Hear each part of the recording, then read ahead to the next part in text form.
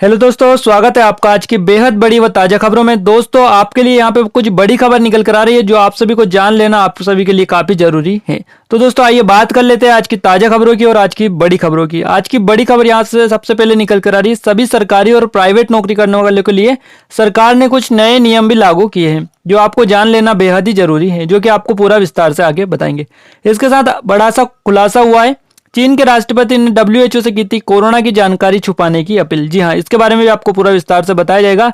इसके साथ अब बिना परीक्षा के पास होंगे 10वीं बोर्ड के स्टूडेंट, क्या करना होगा पूरा आगे आपको बताने वाले हैं। इसके साथ दिल्ली में आया 1 महीने में तीसरी बार भूकंप, इसके बारे में पूरा बताएंगे। वहीं कोरोना वायरस से जुड़ी तमाम बड़ी खबरें आप तक पहुंचाएंगे, तो देखते रहिए आप इस वीडियो को। और देश विदेश की तमाम बड़ी खबरें इस चैनल पर आपको मिलती है, तो इस चैनल को अभी सब्सक्राइब कर लीजिए, साथ ही वीडियो को लाइक भी कर दीजिएगा और बेल आइकन को भी दबा दीजिए। तो पहली और बड़ी खबर यहाँ पे निकल कर आ रही है, कोरोना वायरस से विश्व में इसकी स्थिति जान लेते हैं हम। 41 लाख संक्रमित हो चुके हैं। ईरान संक्रमण के डर से अमेरिका के साथ कैदियों की अदला बदली को तैयार हो चुका है। दरअसल आपको बता दें, ईरान के राष्ट्रपति हसन रूहानी ने बीते बुधवार को तेहरान में कोरोना वायरस को लेकर कैबिनेट बैठक की। आपको बता दें, ब्रिटिश सरकार ने सोशल डिस्टेंसिंग बढ़ाने और पब्लिक ट्रांसपोर्टेशन पर भार कम करने के लिए नई पहल की है। वहीं अमेरिका में 25,000 नए मामले आए। सिंगापुर में सख्ती के बावजूद संक्रमण बढ़ा है। आपको बता दें, दुनिया में संक्रमितों की जो संख्या है 41 लाख से ज्यादा हो गई है। वहीं 2,80,431 की मौत भी हो चुकी है। इस दौरान 14,41,229 स्वस्थ भी हुए हैं। आपको बता दें कि कोरोना वायरस के संक्रमण के डर से ईरान ने कहा है कि वह अमेरिका के साथ बिना शर्त कैदियों की अदला बदली के लिए तैयार है। इसके साथ ईरान की एक न्यूज वेबसाइट खैबर-online.ir ने कैबिनेट प्रवक्ता अली रबेई के हवाले से बताया है कि ईरान सभी कैदियों की अदला बदली को तैयार है, लेकिन अमेरिका ने सभी जो है अभी तक कोई भी उत्तर नहीं दिया है। दरअसल आपको बता दें, कोरोना वायरस सबसे ज्यादा प्रभावित 10 देश कौन कौन से हैं। अमेरिका सबसे ज्यादा प्रभावित देश है। इसमें अभी तक कितने संक्रमित है, तो 13,47,309 संक्रमित मिले। वहीं 80,000 के लगभग मौतें हो चुकी है और 2,38,000 लोग ठीक भी हो चुके हैं। स्पेन दूसरे नंबर पर आता है, 2,62,000 यहाँ पर संक्रमित है, 26,000 की मौत हो चुकी है और 1,73,000 के लगभग ठीक भी हो चुके हैं। वहीं तीसरे नंबर पर इटली आता है। इटली में 2,18,000 संक्रमित है, 30,000 ठीक हो चुके हैं और 1,03,000 के लगभग 30,000 के लगभग मौतें हुई और 1,03,000 के लगभग यहाँ पर ठीक भी हो चुके हैं। और चौथा नंबर जो आता है वो ब्रिटेन का है, जहां पर 2,15,000 के लगभग संक्रमित है। देखिए, कोरोना अपडेट से रिलेटेड कुछ अपडेट आपको दे देते हैं। रूस की राजधानी मॉस्को में कोरोना मरीजों ने एक हॉस्पिटल में आग लग गई है और हादसे में एक मरीज की जलकर मौत भी हो गई है। अगली बड़ी खबर निकल कर आ रही है कोरोना वायरस से। अब भारत में स्थिति हम जान लेते हैं। देखिए, 63,450 केस अब तक हो चुके हैं भारत में। केंद्र सरकार ने कहा है कि देश भर में 4,362 कोविड सेंटर, जिनमें हल्के लक्षण वाले 4.5 लाख मरीजों को रखा जा सकता है। आपको बता देते हैं, कोलकाता में हाथी गाड़ी पर लहसुन ले जाते मजदूर लॉकडाउन फेज 3 में रियायतें मिलने के बाद जरूरी सामानों की आपूर्ति में तेजी आई है। वहीं आपको बता दें, केंद्रीय स्वास्थ्य मंत्री ने कहा है कि 10 राज्यों और केंद्र शासित प्रदेश में 24 घंटे में कोई केस नहीं आया है। वहीं केंद्र सरकार ने राज्यों को अब तक 72 लाख N95 मास्क और 36 लाख PPE किट भी भेजे हैं। इसके साथ एयर इंडिया के 5 पायलट कोरोना पॉजिटिव मिले। हाल ही में कार्गो फ्लाइट लेकर चीन गए थे। इसके साथ केंद्रीय स्वास्थ्य मंत्री हर्षवर्धन ने कहा है कि 10 राज्य और केंद्र शासित प्रदेश ऐसे जहां पिछले 24 घंटे में कोरोना संक्रमण का एक भी केस नहीं आया है।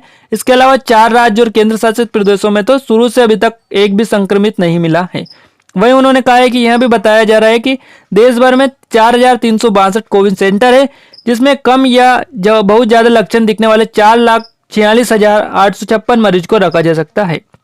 इसी के साथ में उन्होंने कहा है कि केंद्र सरकार की ओर से अभी तक अलग अलग राज्यों में 72,95,000 मास्क और जो है 36 लाख PPE किट भी भेजे चुके हैं। इसी के साथ में संक्रमितों को जो आंकड़ा है वो 63,000 के पार हो चुका है। आपको बता दें, देश में कोरोना संक्रमितों की जो संख्या है 63,450 हो गई है। रविवार को दिल्ली में 331, वहीं कर्नाटक में 53, आंध्र प्रदेश में 50, राजस्थान में 45, बिहार में 42, हरियाणा की बात करें तो 20 और चंडीगढ़ में 4, हिमाचल प्रदेश में 2 मामले सामने आए हैं।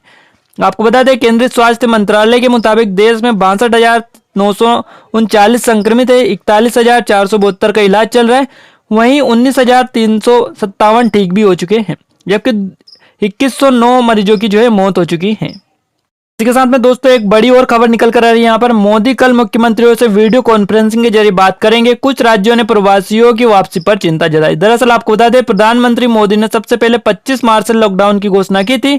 अब तक 3 बार लॉकडाउन बढ़ाया जा चुका है। आपको बता दें, प्रवासी मजदूरों की वापसी पर कई राज्यों ने शिकायत की। मजदूरों के मूवमेंट से के जो मामले हैं बढ़े हैं। आपको बता दें कि रविवार को कैबिनेट सेक्रेटरी राजीव गौबा ने सभी राज्यों के चीफ और हेल्थ सेक्रेटरी से बात की है।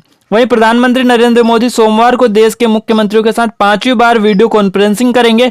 इस दौरान 17 मई से खत्म हो रहे लॉकडाउन पर चर्चा होगी। इसी के साथ रविवार को कुछ राज्यों ने प्रवासियों की चिंता पर भी वापसी की चिंता भी जताई है। आपको बता दें, इन राज्यों का कहना है कि प्रवासियों की वापसी का कारण कोरोना वायरस के मामले बढ़ रहे हैं। ऐसे में जो इलाके ग्रीन जोन में हैं वे जल्द ही रेड जोन में बदल जाएंगे। आपको बता दें, सोमवार को मोदी 51 दिनों में 5वीं बार वीडियो कॉन्फ्रेंसिंग करेंगे। इससे पहले उनकी मुख्यमंत्रियों के साथ 4 बार वीडियो कॉन्फ्रेंसिंग हो चुकी है। उन्होंने 20 मार्च, 2, 11 और 27 अप्रैल को भी वीडियो कॉन्फ्रेंसिंग पर चर्चा की थी। वहीं दोस्तों अगली बड़ी खबर आपके लिए निकल कर आ रही है दिल्ली में 1 महीने में तीसरी बार भूकंप आया है। और आपको बता दें, रिएक्टर स्केल पर 3.4 रही है तीव्रता। आपको बता दें कि भूकंप की तीव्रता बहुत कम होने की वजह से कोई नुकसान नहीं हुआ है। आपको बता दें, दिल्ली में दोपहर 1:14 पर भूकंप आया था। गाजियाबाद के पास था केंद्र। आपको बता दें, भूकंप का केंद्र जमीन से में 5 किलोमीटर की गहराई पर था। वहीं कोरोना वायरस के संकट के बीच दिल्ली में 1 महीने में तीसरी बार भूकंप आया है। नेशनल सेंटर फॉर सिस्मोलॉजी के अनुसार भूकंप दोपहर 1:14 पर आया है। वहीं रिएक्टर स्केल पर इसकी जो तीव्रता है वो 3.4 आंकी गई है। भूकंप का केंद्र जमीन में 5 किलोमीटर गहराई पर था। लॉकडाउन की वजह से ज्यादातर लोग अपने घरों में ही थे। ऐसे में सबने इसके जो झटके हैं महसूस किए। भूकंप की तीव्रता बहुत कम होने की वजह से कोई भी नुकसान यहाँ पर नहीं हुआ है। वहीं दोस्तों अगली बड़ी खबर यहाँ पर निकल कर आ रही है। बिना परीक्षा पास होंगे 10वीं बोर्ड के स्टूडेंट। फ्री बोर्ड परीक्षा के आधार पर अगली क्लास में होंगे प्रमोट।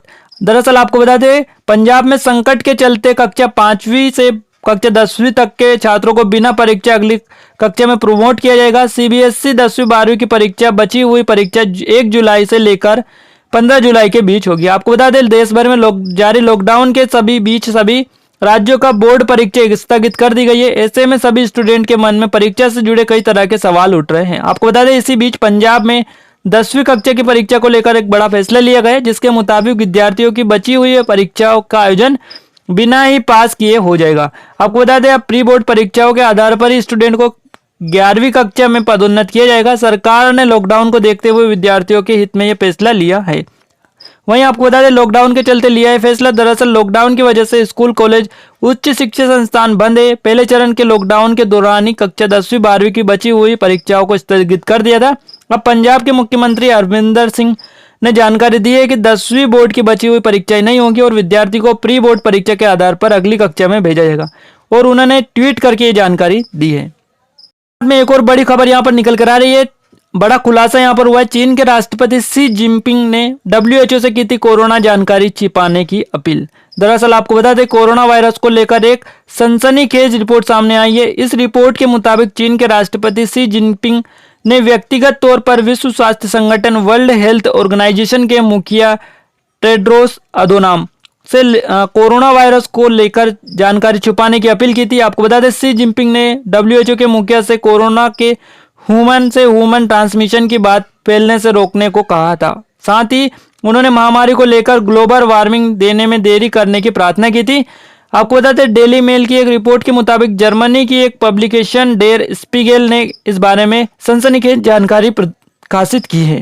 आपको बता दें, रिपोर्ट का दावा है 21 जनवरी को हुई थी जिनपिंग ट्रेडोस की बात। जर्मनी की खुफिया एजेंसी BND के मुताबिक 21 जनवरी को चीन के राष्ट्रपति शी जिनपिंग ने विश्व स्वास्थ्य संगठन के मुखिया टेड्रोस अधोनाम से कहा था कि वो कोरोना का संक्रमण एक इंसान से दूसरे इंसान में फैलने की जानकारी को रोके और महामारी के बारे में पूरी दुनिया में अलर्ट जारी करने में देरी करे।